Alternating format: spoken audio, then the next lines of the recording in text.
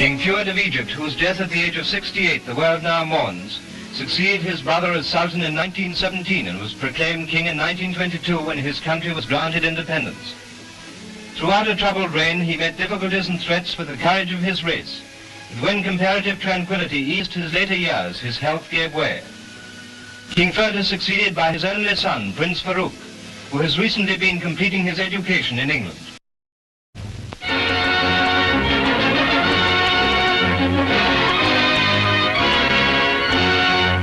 A solemn young man, King Farouk of Egypt, returns to his country where the sudden passing of his father has placed him at the age of 16 in a position of unenviable responsibility. At Marseilles he boards the British ship Viceroy of India, which will take him for a brief stay to Cairo before he returns to England for a continuance of his education. He has a fine presence, and we may hope that he inherits his father's political acumen. While he is yet on his way home, the body of King Fؤad is borne through the streets of Cairo.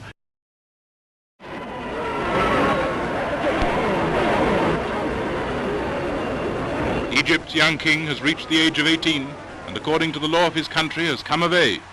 So now he drives through seething streets beneath a burning Egyptian sun, while his mother watches, on his way to meet his parliament.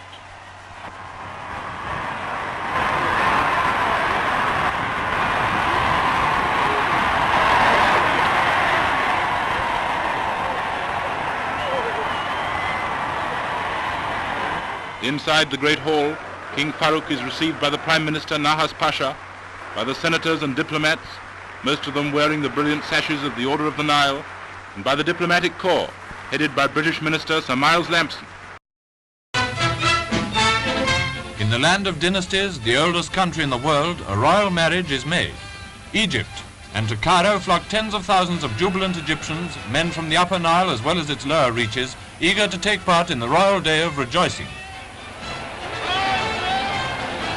The streets are thronged and festivities abound, but to the ceremony itself few are privy, for a royal marriage in Egypt is by Muslim contract. Sheikh el-Meraki arrives to act as judge when the king signs privately his contract with the father of his bride. Now the members of the royal family descend the steps of the palace, each carrying a box of chocolates, gifts always bestowed at a marriage, and sign that a contract is sealed. A salute of 101 guns carries the tidings to Cairo and beyond, and from the Kube Palace, decorated cars begin a triumphal progress. State troops parade with due ceremonial through the palace grounds, headed by the pipes which have been used in Egypt for 2,000 years. So far it has been a wedding without a bride, but at last she arrives at 5 o'clock in the evening, moving into her husband's house according to Muslim rite.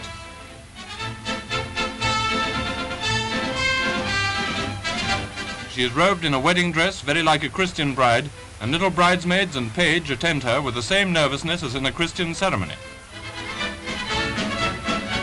And so a king takes a queen into his palace, King Farouk and Queen Farida, and they mount the steps to the life of royal dignity and felicity which lies ahead of them.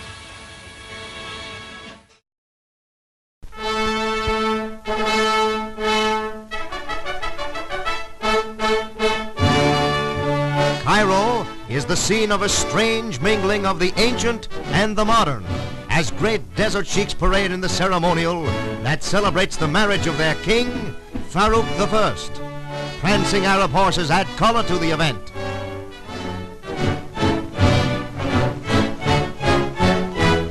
High military officials and cabinet members are present at El Hazar Mosque when the 17-year-old Muslim king arrives to pray before signing the marriage contract at which the bride is not present.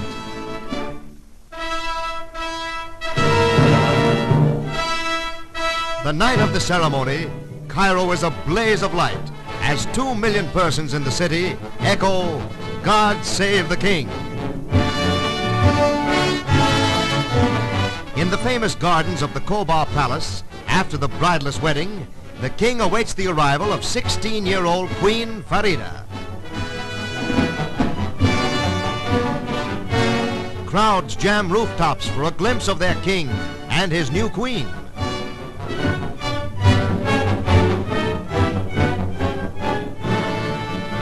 The Paris gown she wears as she meets her husband for the first time since their marriage is a model priced at $3,000. For the first time since Cleopatra, an independent Egypt is ruled by one of its own people. The youthful rulers are among the richest monarchs in the world, and in their hands rest the destinies of 16 million souls.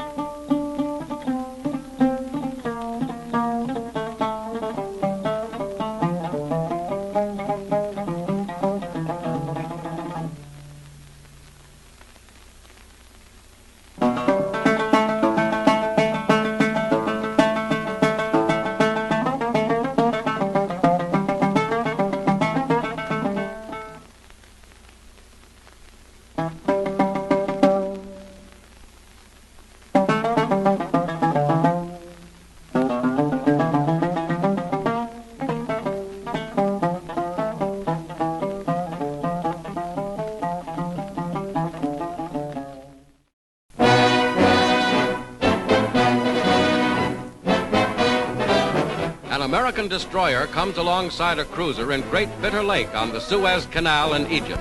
It brings Ibn Saud, king of the 5 million people of Saudi Arabia, to a conference with President Roosevelt, stopping off here on his return from the Crimea conference. The destroyer has been decked out with rare carpets for the monarch. This 800-mile trip marks the first time that King Ibn Saud has ever left his native land. Full honors for a third royal visitor, Egypt's King Farouk, whom President Roosevelt had visited on his previous journey here for the Cairo conference.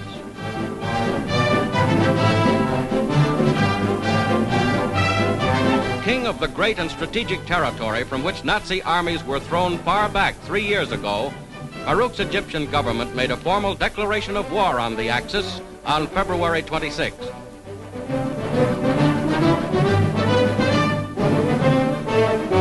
In extraordinarily intimate pictures, King Farouk and President Roosevelt talk over wartime and post-war problems.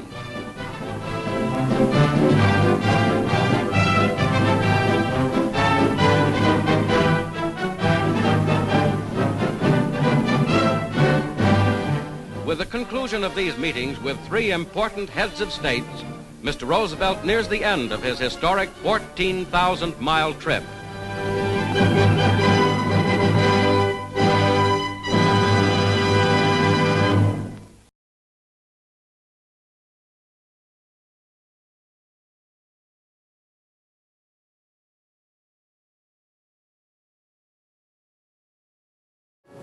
في صباح يوم 27 مايو وصل إلى مطار بنفيلد حضرة صاحب السمو الملك الأمير سعود ولي عهد المملكة العربية السعودية على متن طائرة خاصة، وقد استقبل سموه في المطار جمهور كبير من المستقبلين يتقدمهم سعادة الفريق وبعد الظهر شرف حضرة صاحب الجلالة الملك فاروق الأول مطار بلبيس ليستقبل حضرة صاحب الجلالة الملك عبد الله ملك شرق الأردن وحضرة صاحب السمو الملك الأمير عبد الإله الوصي على عرش العراق. لما نزل الضيفان العظيمان إلى أرض المطار حياهم جلالة الملك تحية حارة وهنأهما بسلامة الوصول. وقد شهد الاستقبال سمو الأمير سعود والوزراء المفوضون للأمم العربية ورجال المفوضيات العربية وكبار رجال السراي.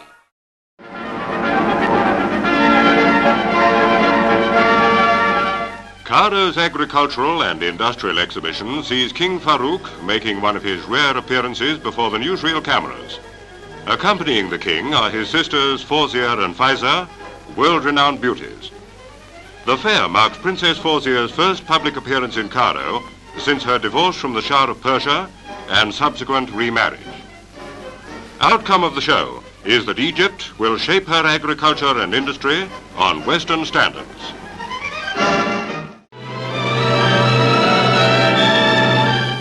The lovely Princess Fawzia, eldest sister of King Farouk and former wife of the Shah of Persia, arrives in Heliopolis to fetch the King of Egypt's new bride as troops line the streets. The religious service, which according to custom she did not attend, is over, and the beautiful young Queen Nariman leaves with Princess Fawzia in her diamond-studded wedding gown to join the king at the Abdin Palace for the second part of the ceremonial.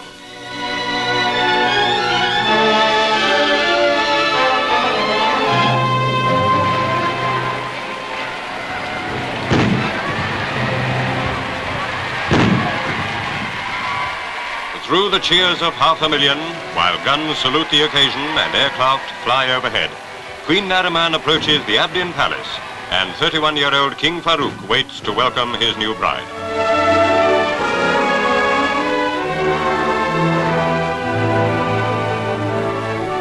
For 17-year-old Queen Nariman, her fairy tale comes true on this, the 15th anniversary of King Farouk's succession to the ancient throne of Egypt.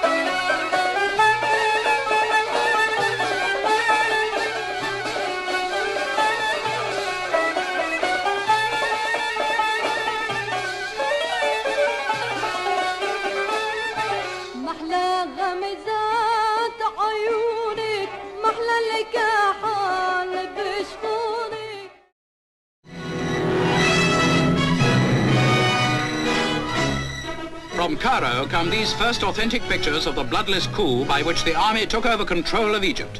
It was the end of the king's attempt to maintain power. Troops in the street were the first indication of the change to most people, until with the broadcasting station seized, it was announced that General Naguib, the commander-in-chief whom Farouk refused as war minister, had taken control, and the army were ordered to guard strategic points. The declared aim was to stop corruption.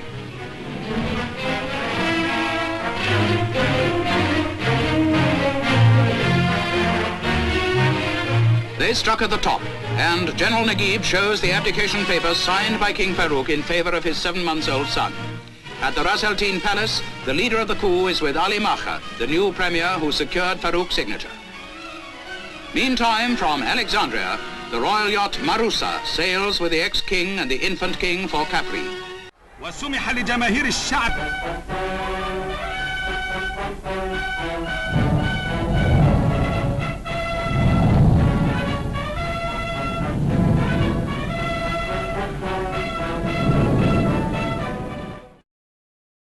To the ordinary Egyptian, the change is welcome.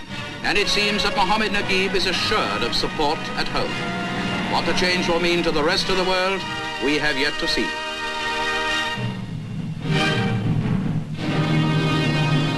In the meantime, in the lovely island of Capri, the ex-king nurses the new King Fouad II as Queen Nariman watches.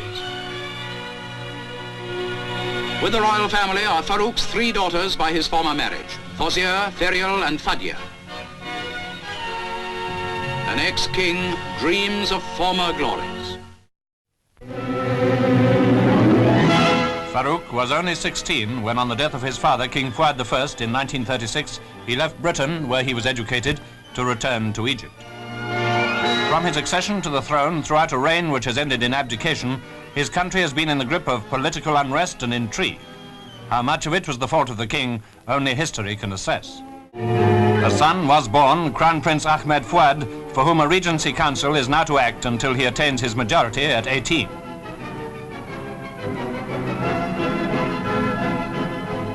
Meanwhile, in the royal yacht, ex-King Farouk has gone into exile, while the future of Egypt and her relations with the West are questions still to be resolved.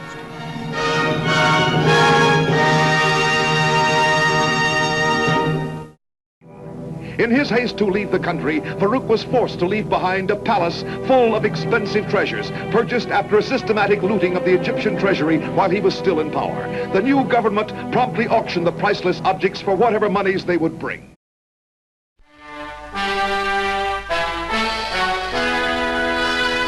Kuba Palace in Cairo becomes the focal point for many of the world's leading collectors, for here the fabulous treasure accumulated by ex-King Farouk is up for auction. Plates and cups of solid gold are included in the dazzling display. This was a present from the Aga Khan. The Egyptian treasury will collect all the proceeds despite Farouk's threat to sue. A rich belt of solid gold which belonged to Cleopatra's brother Ptolemy is among the treasures due for the auctioneer's hammer.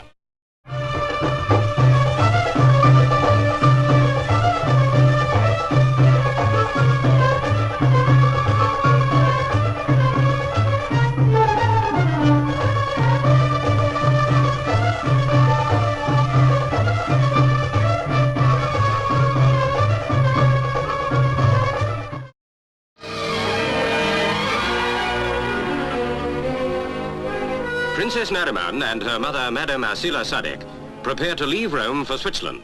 They've a big pile of luggage with them on this flight from ex-King Farouk. Baby King Fouad, Egypt's 14-month-old sovereign, is not with the princess. He's still with father in a villa just outside Rome. Despite Farouk's denials that Nariman has sought a divorce, Italy's leading divorce lawyer later leaves for Switzerland. Farouk accuses Madame Sadek of influencing Nariman's decision to leave him. Looks like that old mother-in-law story all over again.